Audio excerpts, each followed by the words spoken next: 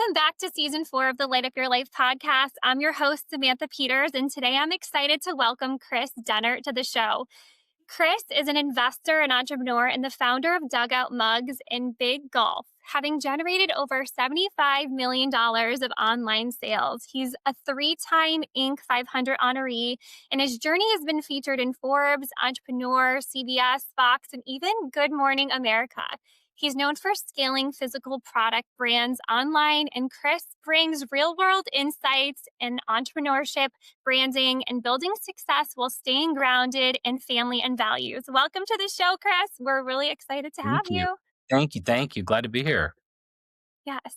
So I want to go back to the beginning and I want to know what inspired you to create Dugout Mugs. And then what was the mindset that you had to have at that time you decided to go all in on building your business? Well, I feel I won't go too far back because we don't have that much time. But what I will say is I think talking about Dugout in particular, because it's the one that we've had the most distance on. My background was building and scaling ideas. I was in Gold's Gym. I was in the gym industry and scaling membership through creative, unique, outside the box methods. I was in real estate where we were flipping houses digitally through using online, unique methods, right? And I think that is the consistent strategy, if you will, or my core competency. So what I did is, and I've had a knack for my network, who I know, but more importantly, who knows me, and understanding where synergy is. So Dugout in particular came to me after a very pivotal point in my life where I had a little girl. My oldest now is 10. And when she was 6 months old, I had a near-death experience. And I think it changed my perspective on what I value. And I think that was the essence of Dugout, right?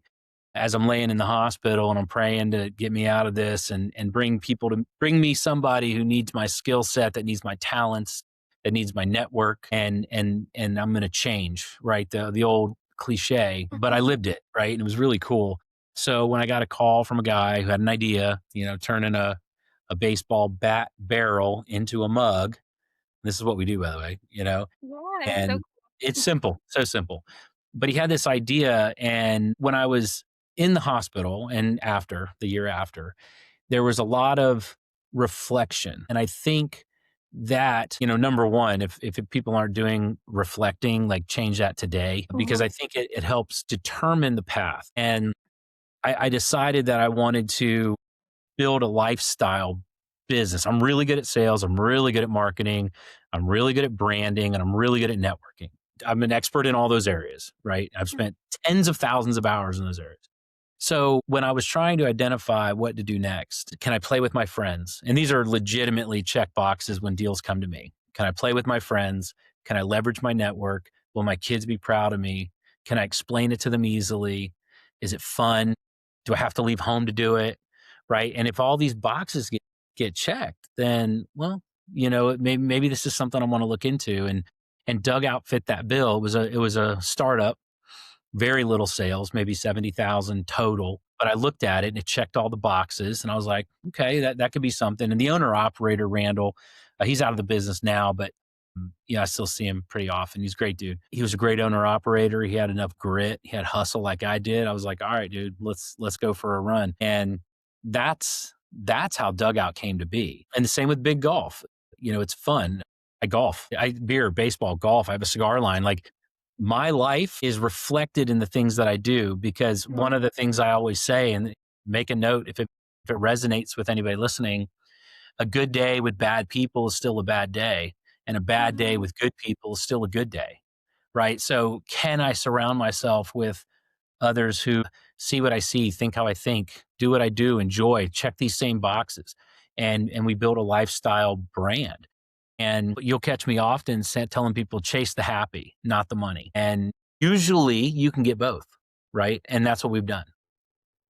Wow, there's so much to unpack there. I want to go back because for people listening to this, they shouldn't have to go through a near death experience to make those changes, to have that introspection like you did. When you were sitting with yourself and analyzing, okay, what do I want my future to look like? What am I going to value? Who am I going to surround myself with? What were some of those qualities and things and questions that you asked yourself? Well, success is unique, right? I think, and that's what people lack the understanding to see that. Like they don't see that, right? They don't have that perspective often. I run into it often, I should say. Success is unique. So those check boxes, they weren't all checked in the other things I was doing. It wasn't fun. It wasn't, I was chasing money. I got sick and instead of going to the hospital, I went to the Stanley Cup. I was driving my buddy's Ferrari, all these things that are very, it was the facade, right? And a lot of people get soaked up in that because I thought my version of success was other people's version, is what somebody else would be doing. The Gary Vaynerchuks and the Elon Musks and massive, icons like that or much smaller ones, right? I think reflecting who I am, what I value, am I having fun? Right? Because this can be taken from you like that. Life, everything, just that quick. And do you sleep well at night? Right? Doing what you're doing. And and the answer wasn't a definitive yeah, right? So for me, it was really more, it's a daily practice. Things don't just happen and stay that way. It's a daily practice in my mind, at least. For me, at least. And like I said, it's unique. So for me, it was how do I do more things that are in alignment with who I want to be, what I want to represent, the brand I want to build. And it just kind of you started snowballing. I love that answer. And I think it's really important for anyone listening to this to define what success is, right? Because when you were Mm, younger, you probably defined it by the material values that you had, the materialistic yeah. things. And now it's more so, time with your family and friends and making connections, building something that actually makes an impact. I want to focus now on some of the biggest challenges you face because a lot of people in entrepreneurship want it easy. And we all know if you have a business, there's going to be so many Right. challenges, and those challenges make you refine yourself and your identity to be able to keep growing. Early on, when you were scaling your products and business, how did you push through those adversities and those challenges? Well, I'm ornery, right? So a lot of it comes down to grit. If you don't love what you're doing, you're going to find reasons to not do it. So for me, that a lot of grit, not everybody, not everybody's built for this. There's Right. a lot of, I tell my daughter all the time, I was like, baby, do you want to be right or do you want to be happy? Sometimes those things I don't walk love together. that. Yes. They don't walk together sometimes. So did I want to be right or did I want to be happy? I chose happy a lot. And I think my mentality, and again, right, not everybody has to go through a near that death experience to come to that realization, but maybe you do. I don't know. Hopefully you don't because that sucked. But Mhm. for me at least, just a lot of grit and I've done a talk before a couple times about currency. And currency is in a lot of people's mind when they hear currency, they think dollar bills, dollar bills, Mhm. currency. And like I keep this right next to my desk, right? Just as a reminder. And that's not the only currency, right? Mhm. Currency is time, it's experiential living, it's fulfillment, it's happiness. And if you operate with the understanding that all of these bank accounts could be populated simultaneously, there's seasons of money. Money actually is never even really yours. You have a turn with it. Mhm. You have a turn with currency. There's been several winters, if you will, when it comes from a financial perspective, but the other bank accounts were full. And that'll help you get through a lot. That helped me get through a lot is understanding which currencies were important to me and which ones I was actually accumulating during those periods. I think that was a big one. Yeah, no, that's really eye-opening too because when you said currency and how I grew up is I think of money, but you're so true and the fact that you're saying, family and friends and the things that you're doing that fill you up are also Yep. currency and time, is the most important one. I know you've generated $75 million of online sales, which is absolutely amazing. What are some of the marketing or sales strategies that made the biggest difference when you were growing your brand? The one of the strategies I love the most is gamification. It's when we're kids, we play games, right? That's what we do. And sadly, as adults, we don't. Not enough, at least. And I think but I think inherently people want to engage. They want to play. They want to just engage, right? And I think creating those types of marketing, using those kind of marketing tactics. And there's plenty of great, YouTube videos and things on gamification. In like China or Japan or somewhere, they had a staircase, and then overnight they built it into a piano. So every time you walked on the stairs, well, the next day, like 60% of the people, instead of taking the escalator, took the stairs, right? Just because they wanted to play, right, and hear the noises and things like that.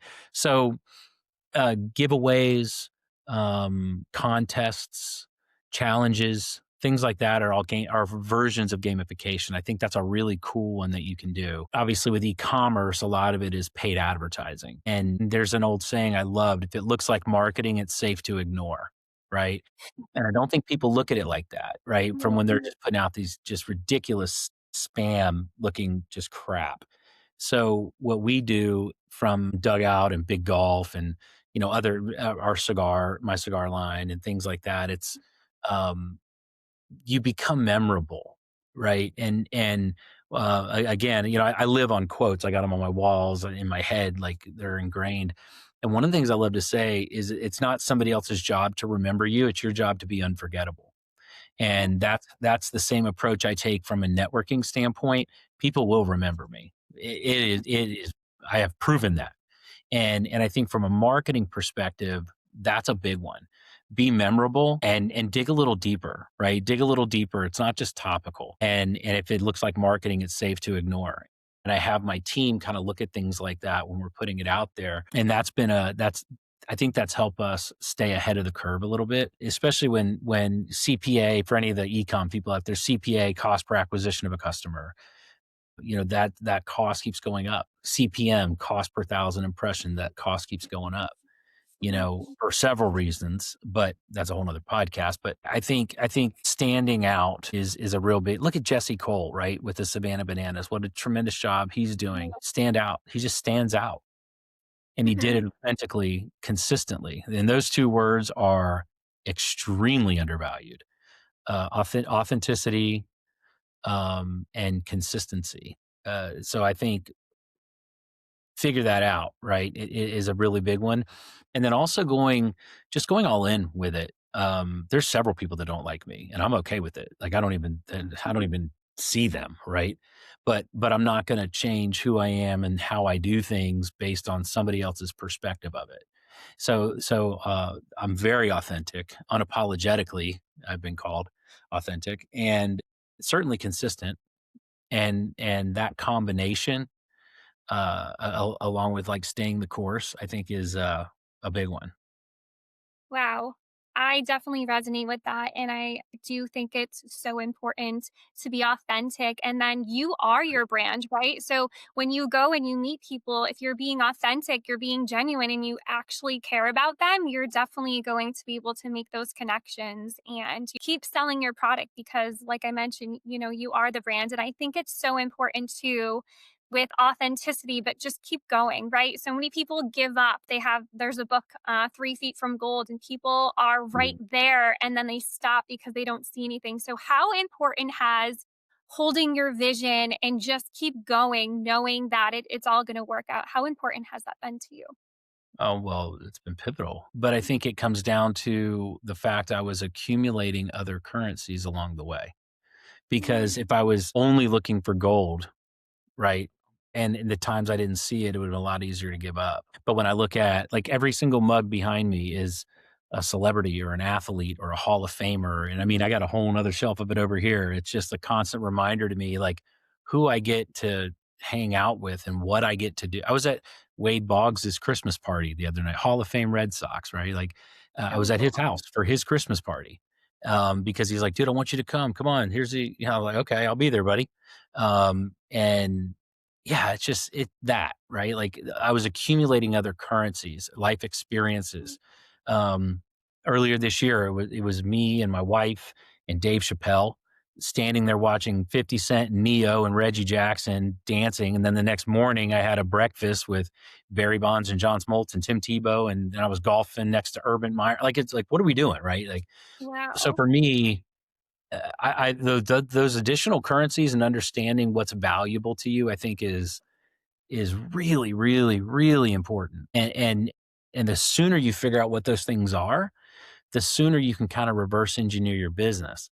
Because, and again, like, I'm not a fool. You build a business to grow and to sell, in most cases, sell a business. That's the goal of a business. I'm in a mastermind, a really high end mastermind called Board of Advisor. I even got the shirt on, right?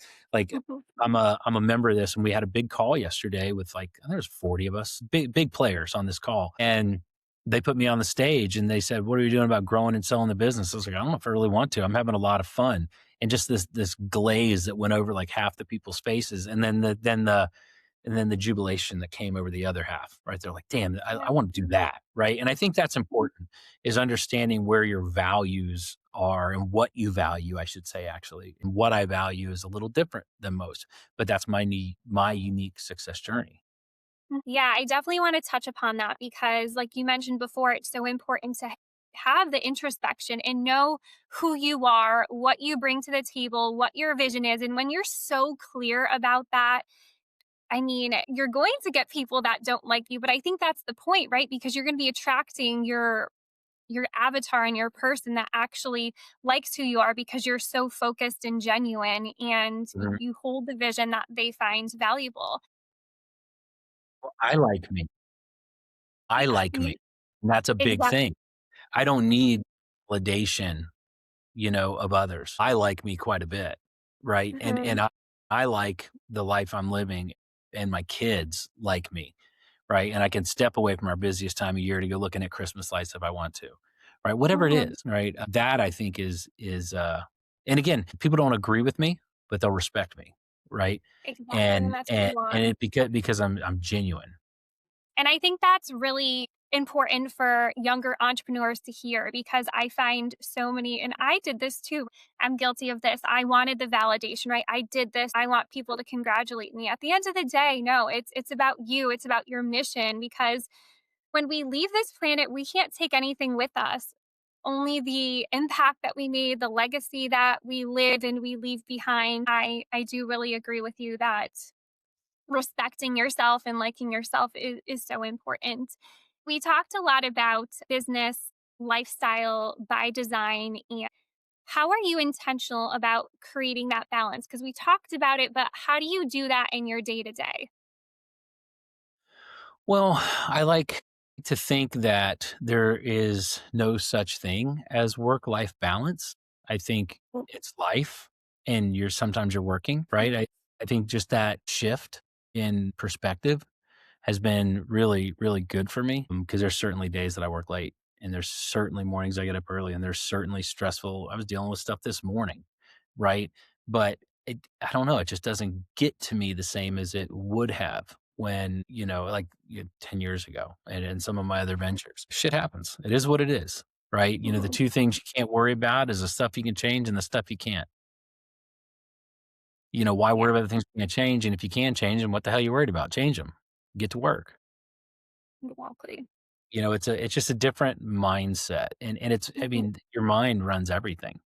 So I think controlling that to the best of your ability, and the daily practice of controlling your thoughts, and the clarity of what you're trying to do and why you're trying to do it. One of the most powerful words in business is no. The sooner Mhm. you get to the no's, the better off you'll be. Something comes to me and they're like, "Oh, we can make this much money, do this and do this and this." I'm like, "No, that's not my lane." They're like, "Dude, what are you talking about? This is, and you have access to this person and that thing." Like, yeah, I don't want to do it. Right. So, like, I can't really And compete with that. Yeah, they say no builds you and your character, and yes builds your business. So you have to get those no's to be able to Yeah. build up your resilience and find different strategies. So I completely agree with that. And I do want to share with my audience for people listening, I hold you in such high regard and respect. One of our mutual friends connected us and you jumped on the phone right away with me. You were trying to connect me with people when I moved down here, and you also were telling me you were in Vegas and you flew a red eye to be with your daughter for her Olympics that she had at like 8 in the Mhm. morning. And I think that's so valuable. So That was a you're really brutal day. That was a brutal day. I can only imagine. So I know it's really important to you to be an amazing husband and to be a great father. How important is keeping the promises you make to yourself and your family and showing up? Well, I have to be authentic, right? Like it all comes back to that root. And being a good husband, my wife will tell you plenty of days that's not the case. My kids will tell you plenty of days I hate him, right? But at the end of the day, it's like it's a daily practice. You know, you gotta try to find out where what is valuable to you. And I'll keep coming back to that too, because I really want that to sink in. And I think it just permeates into all areas of your world. Mhm. I'm not one of these guys that can just shut stuff off and be this guy to this person and this guy to that person or this guy to the kids. I'm like, my daughter, she was doing like a school project or something a couple days ago, and it was hard. And I was like, losers quit, honey. So Mm, either you can quit or you can just be quiet about it and let's just keep pressing forward. And I think she got like a 48 out of 50 on the project. I'm like, see, that's mhm. not always fun, right? Like, but you just can't quit. Losers quit. Yeah, so you can be losing, but until you stop, you haven't lost. Wow. And I That's just a think, great mindset to instill in your child. That's amazing. yeah, well, I didn't have a lot of that. Like my childhood is very different than my kids, very different. And my daughter has a portfolio. She's 10 years old and has a portfolio through a Roth IRA. She's worked for 3 years. She buys her own stuff. At 10 years old, she's buying gifts for other people with the money she's made. And, she's invested in SpaceX and she's invested in these, she's doing great because I Mhm. feel like, that sets the tone for everything else in life. And now granted, when I was young, we didn't have a lot. And if it will be, it's up to me, right? Kind of thing. You know, Huh? I was the first guy in my family to reach, millionaire status. I almost certain. And so I didn't have a path to follow necessarily, at least in my home. And yeah, mine was out of necessity. If I wanted something, I had to go get it, right? Because it couldn't be gifted to me. So now I could gift it to my kids, but I'm like, I kind of want you to have to, go grind and hustle and, make something happen. Yeah, and I think it's important for everyone listening too. It's kids don't do what you say, they do what you do. So, your character showing up for them, building the business, working late nights even when you don't want to, failing to fail forward and to be successful. All of those your children are seeing, and that's probably making a massive difference in their life. And Hope they're going to so. have a very different upbringing, which is amazing. So it's gonna be different. I had a pretty cool one, but in different ways, right? Mhm. I remember my mom at one point was working like 3 jobs and stuff like that. So it's like, all right, well, you better be self sufficient, buddy. Yeah. Um, taught me a lot about grind and hustle. My stepfather was the town barber, so I learned a lot about network and how valuable that could be. My father was a car salesman, right? So how to sell, how to close, how to connect with people instantly. I've taken a lot of good and a lot of bad things from where I came from, and trying to identify which ones are which ones are which, and which Yeah. ones I choose to gift to the kids. Not always Yeah. easy. Yeah, I had to do the same thing. Really difficult things I went through has made me very adept at being able to connect with people and to read people. And those came from the really difficult things that I went through in my childhood. It seems like Yeah. went back to see and distill the difference between which ones are going to drive the needle and which ones aren't going Mhm. to. All right. So, to kind of wrap this up, I want to know what would be one lesson for anyone listening that you wish you've learned earlier about business, money, or success?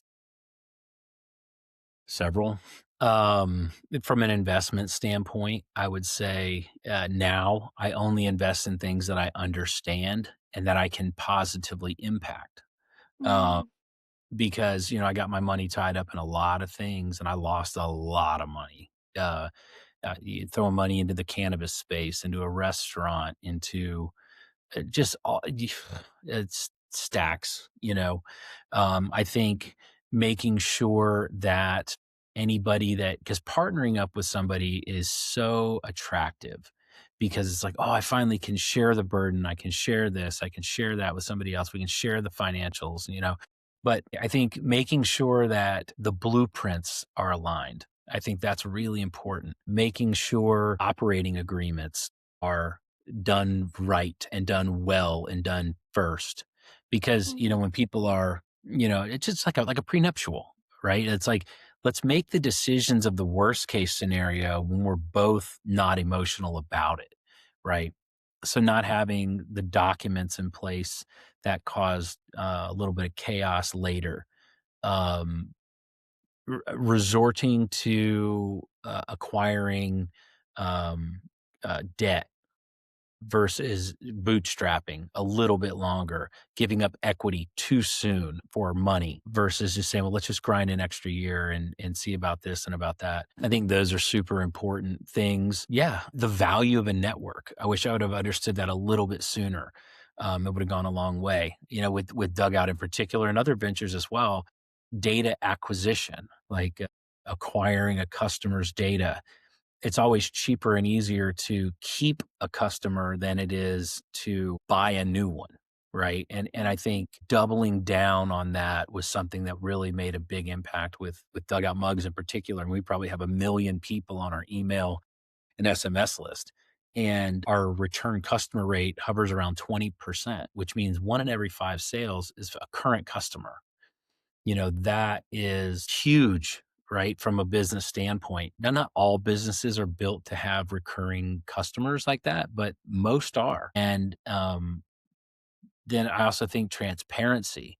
When you try to be everything for everybody, you know, um, you never are really operating in alignment. So understanding back to reflection, your values, the company motto. I know it sounds cheesy, but if everybody understands, like, specifically what we're doing, why we're doing it, and whom we're doing it for, then, so I think just more preparation goes a long, long way. And that was never one of my strong points is preparation. Another good little tidbit is I like to say the way I manage my management style is I give direction, not directions, mm, because there's a lot of talented people out there. And if they see what you see, I'm really good at inspiring. I'm really good at communicating and connecting, and I'm really good at painting a picture.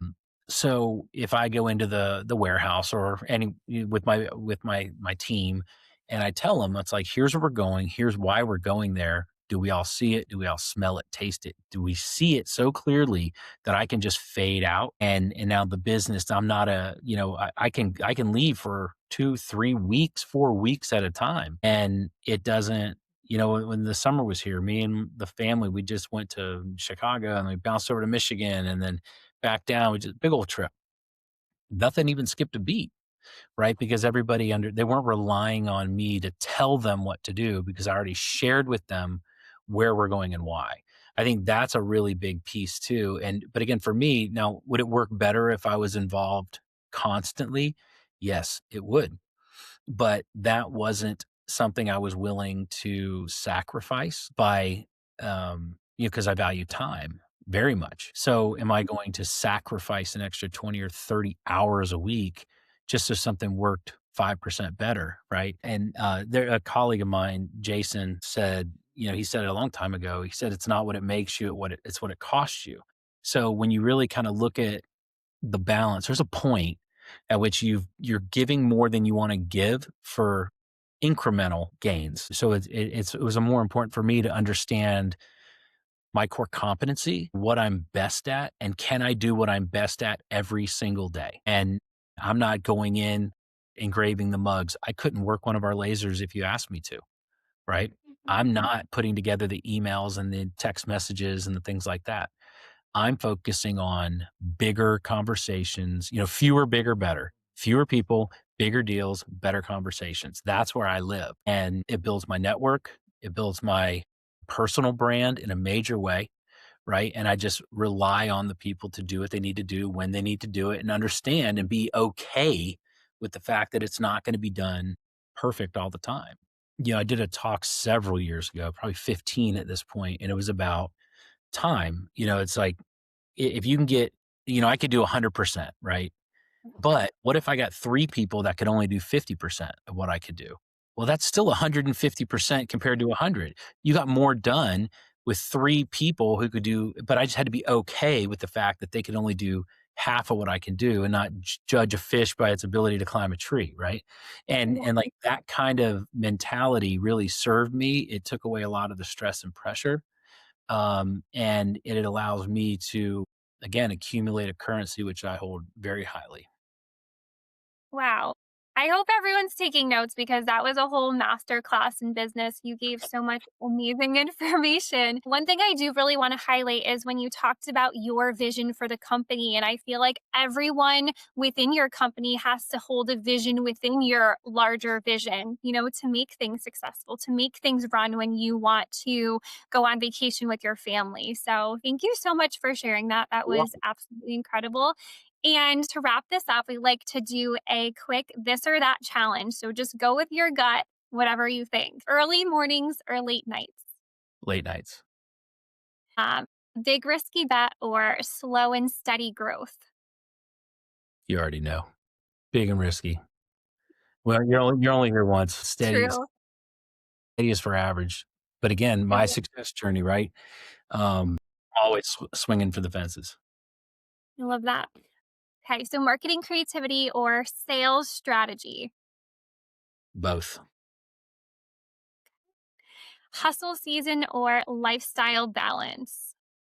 Lifestyle balance. I knew you were going to say that. Building a brand or scaling the systems?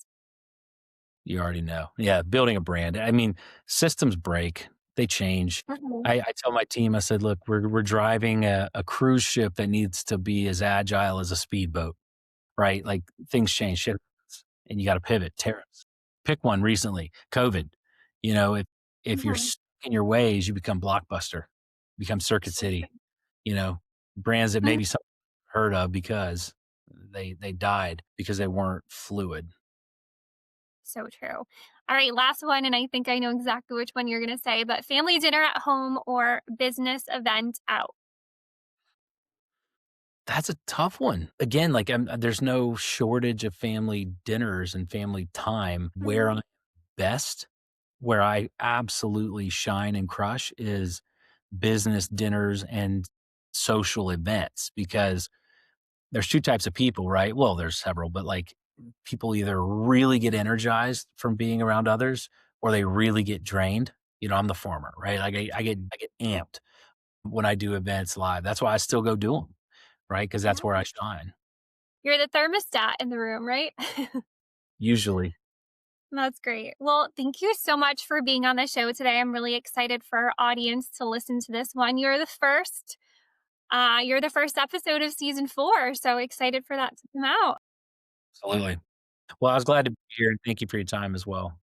Of course. And then for our audience that wants to learn more about you, your website, where can they find you? Yeah, dugoutmugs.com and Big Golf, BIGG, biggolf.com, and all my socials are pretty much private, just because I got rid of the mentality a long time ago that it's all about me and I needed to be famous. I don't. I'm gonna do what I do and I'm gonna die doing it. But you can find me on LinkedIn. I am public over there on LinkedIn. Okay. We'll definitely link everything in the show notes. And for everyone listening to this, we're sending you so much love and light.